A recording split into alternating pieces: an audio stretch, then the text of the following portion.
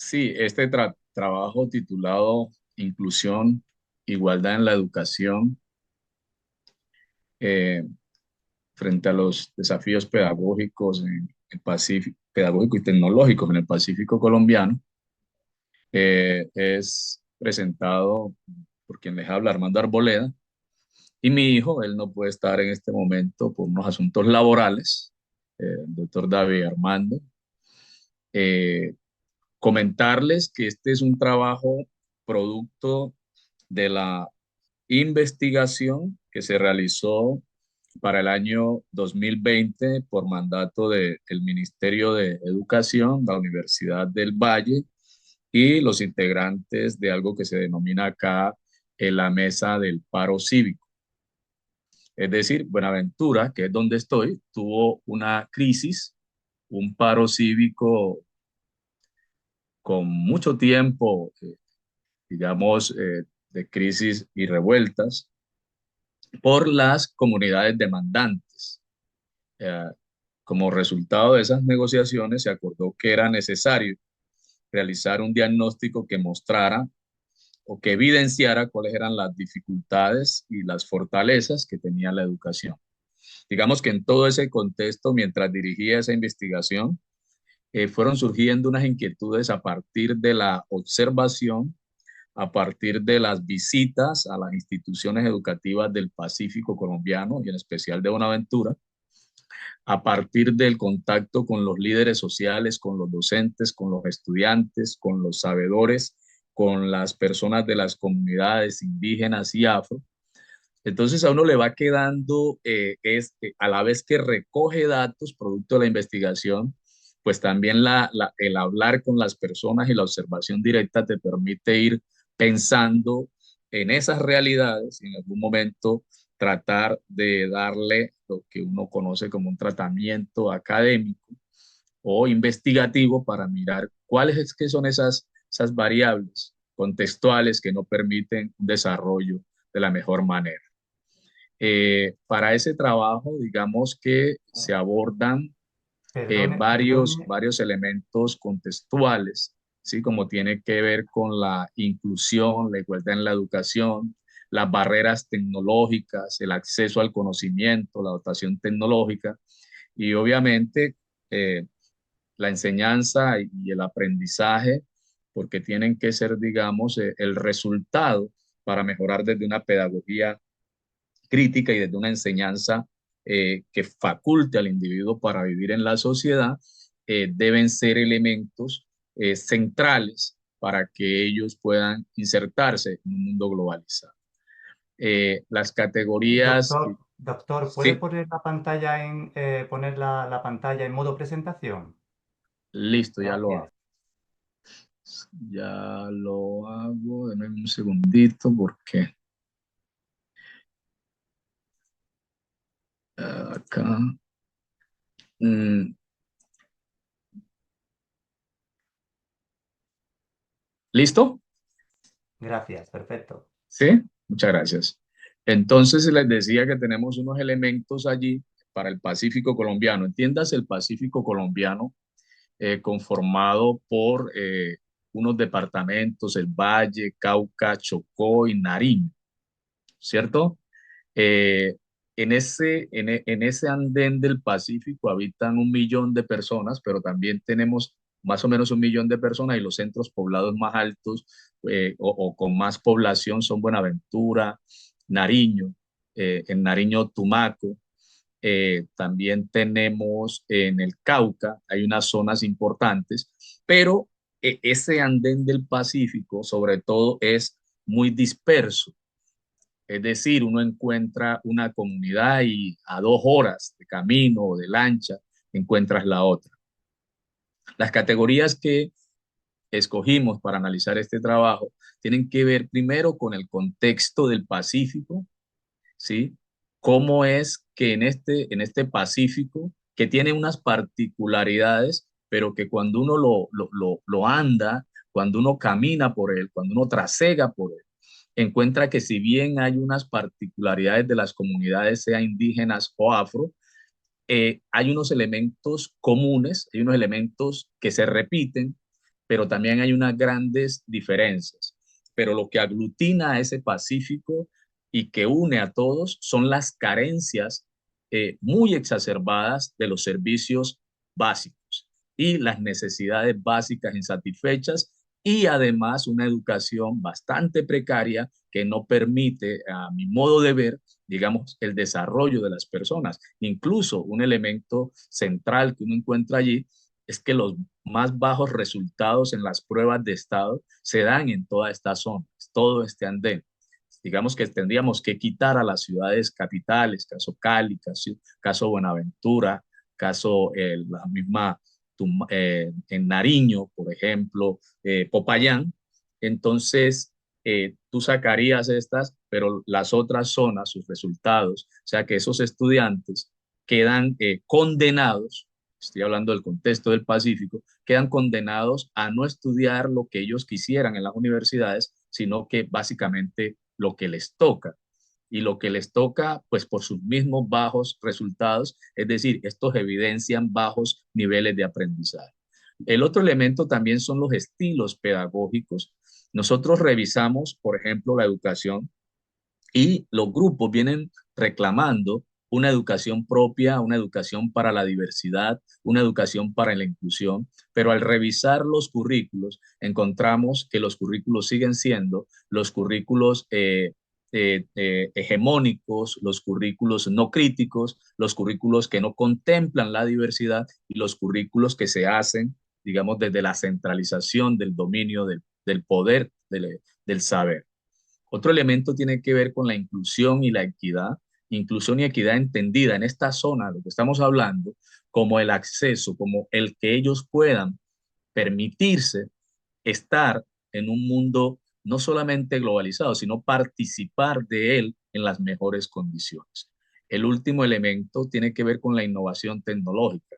En zonas donde ni siquiera hay energía eléctrica, en zonas donde no hay agua, en zonas donde en los colegios no se tienen computadores, mucho menos conectividad, o en su defecto, si hay algún tipo de conectividad, cada vez que hay lluvia, quedan totalmente desconectados del acceso a las tecnologías de información y comunicación y sobre todo a la información, ¿sí? Entonces, este contexto mediado, donde uno encuentra, ustedes aquí alcanzan a ver, por ejemplo, esta es una institución educativa, esta es parte de una institución educativa. Aquí tenemos, por ejemplo, la participación comunitaria en los contextos, los niños preparándose. Miren que los niños son felices y en este momento van a presentar, ahí donde ellos estaban con este libro que está aquí, tienen que ver con unas pruebas que se denominaban pruebas EPA, evaluar para avanzar. El nombre es bastante llamativo, evaluar para avanzar, pero la verdad es que mientras ellos lo hacen con un material físico, la mayoría y el resto del país lo hace en línea. Eso les muestra a ustedes las inequidades y la exclusión que el no acceso a las tecnologías permite. Y lo otro tiene que ver con la infraestructura educativa. Ustedes pueden observar en la parte izquierda, por ejemplo aquí o aquí, que son condiciones, digamos, infrahumanas en las que estos niños estudian, algunos, ¿sí?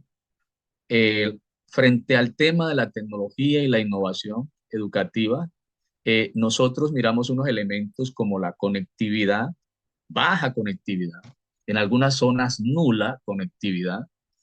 Eh, no obstante, algunas empresas están haciendo esfuerzos por llevar paneles solares que posteriormente permitan a las comunidades conectarse a través de redes de Wi-Fi comunitarias. Lo otro es la misma infraestructura que no permite, ya les decía a ustedes, que la dispersión geográfica, pero también tengo que decirles las condiciones geográficas, porque estamos hablando de zona rural, fluvial y marítima, pero que en este momento, si ustedes toman cualquier periódico, ven cualquier noticiero sobre Colombia, van a observar que la zona donde les estamos hablando es exactamente la zona donde se está dando el conflicto armado con mayor vehemencia, porque son las salidas al Océano Pacífico y por ende la salida de la droga. Y entonces es donde encontramos a los grupos al margen de la ley, victimizando a las personas, haciendo todo tipo de vejámenes con las comunidades, pero además la escuela que debiera tener, ¿por qué no hay tanta información? Porque casualmente no hay conectividad, entonces se pueden hacer, digamos que eso genera también mayor impunidad. Y otro elemento allí que hemos observado tiene que ver con la formación de los líderes comunitarios, la formación de los maestros es muy débil y por ende la formación de los estudiantes para el uso de la información, para acceder a tecnologías, es bastante precaria porque no les posibilita. Miren que revisando, por ejemplo, desde el año 2011 al 2017 en este estudio, cuando nosotros acá en Colombia hablamos de sedes conectadas, estamos hablando que en Buenaventura, que es el caso referente, hay 42 instituciones educativas, de ellas 21 son en la zona rural. Como ustedes pueden ver, nosotros tratamos de observar, ya lo decía al principio, 10 sedes, pero observar 10 sedes en la zona rural y marítima no es como ustedes podrían pensar si estoy en Bogotá, en Cali o en Medellín. Observar 10 sedes te puede equivaler a gastarte entre 2 y 3 meses porque tendrías que usar transporte marítimo y tendrías que usar transporte combinado. Significa llegar por automóvil a una parte, te recoge otro tipo de lancha y cuando vas a llegar, por ejemplo, a Juntas de Yumangui, te tiene que llevar otro tipo de lancha y otro tipo de motor porque digamos que la braveza del río no permite cualquier tipo de navegación ni cualquier persona que navegue. Entonces, fíjense que de eso nosotros observamos, miren cómo pocas de todas las sedes están conectadas a Internet. Para el año 2017, ¿sí? Solamente el 49, es decir, que de las 42 que tenemos aquí, eh, exactamente 20 podían decir, pero lo más seguro no, esas que estaban conectadas a Internet, pues obviamente estaban en el casco urbano. ¿Y qué dispositivo tienen los muchachos para poder trabajar un poco? Para poder trabajar un poco, aquí la barra verde la alcanzan a ver, pues es el celular, pero otros elementos como cables, computadores de mesas, portátiles y otros tipos de tecnologías, no exactamente no existen. ¿Qué queda con el celular? Pues el celular se convierte en el medio de comunicación en las comunidades y el medio también, si se quiere, para poder establecer, digamos, situaciones didácticas o formas de enseñanza. En el tema de la inclusión, la equidad, nosotros lo que encontramos es unos elementos que convergen, pero que no nos llevan, para el caso que estamos hablando, a que los individuos profesen totalmente una libertad entendida esta como la posibilidad de pensar, no solo por sí mismos, sino la posibilidad de desarrollar un pensamiento producto de la adquisición de información, producto de la adquisición de conocimientos.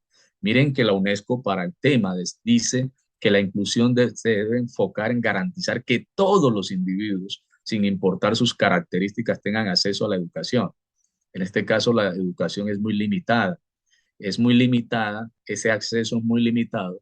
En este momento, porque de los mayores actores y sujetos actores de violentar ese derecho están los grupos, por ejemplo, los grupos al margen de la ley, porque hoy estas personas ni siquiera pueden lanzarse al mar a pescar porque sus lanchas son robadas, sus motores son robados, tampoco pueden ir a mirar lo que se llama economía de pancoger, es decir, mirar los productos que ellos mismos han sembrado, porque se pueden encontrar con minas, quiebrapatas, se pueden encontrar con grupos que reclutan a los menores, se pueden encontrar con grupos al margen de la ley que ejecutan y desarrollan la justicia en estos territorios, todo por el tema de la droga, ¿sí? Y entonces esas características de acceso a la educación obviamente tienen que garantizar la participación social y las oportunidades. de la zona donde les estoy hablando, las oportunidades son muy escasas y cuando se generan las oportunidades se da un fenómeno que hemos observado que se llama desterritorialización, es decir, las personas también pierden su identidad, las personas también pierden su conexión con la tierra porque se van a engrosar, digamos, a veces los cordones de miseria y otras veces si logran un buen puesto laboral, pues obviamente no van a querer nunca volver a estos territorios. En los Maestro, estilos, maestro, ¿sí? le informamos que ha culminado su tiempo. Si puede concluir en un minuto, por favor. Sí, lo haremos. En ese contexto, entonces, nosotros abrogamos y lo que nos mostró la investigación es que se necesitaba maestros que desarrollaran una pedagogía crítica desde Giroud o una pedagogía crítica entendida desde el mismo Paulo Freire, que posibilite a los individuos más allá de esa educación bancaria pensarse y pensar su realidad. Se está hablando de una estrategia que logramos ubicar que se llama PEC, Proyecto Educativo Comunitario, y el proyecto educativo comunitario no es más que agenciar en el marco de las necesidades de esos territorios unos proyectos que permitan su mismo desarrollo en términos de productividad. Eh, Nosotros encontramos que se necesita una formación docente con enfoque territorial, más inversión en infraestructura tecnológica, que haya mayor participación comunitaria y que las políticas públicas sean más integradoras. Pero hay un elemento a destacar que es la inclusión curricular, es decir, que en el currículo se logre incorporar esos contenidos tecnológicos y esos contenidos normales del saber universal que permitan a estas comunidades continuar viviendo. Hay una bibliografía y agradecer de antemano a la revista Ciencia y Reflexión, a ICOMS, y agradecer a todos ustedes por la oportunidad y permitirme hablar para toda esta comunidad y decirles finalmente que todo lo que he hablado se recoge también en este libro, que es el diagnóstico educativo de Buenaventura y en el Pacífico, donde nosotros logramos muchas de las ideas que trabajamos aquí, logramos plasmarlas en este documento que es producto de la Universidad del Valle, la principal del suroccidente y una de las principales del país. Mil gracias a ustedes por escuchar.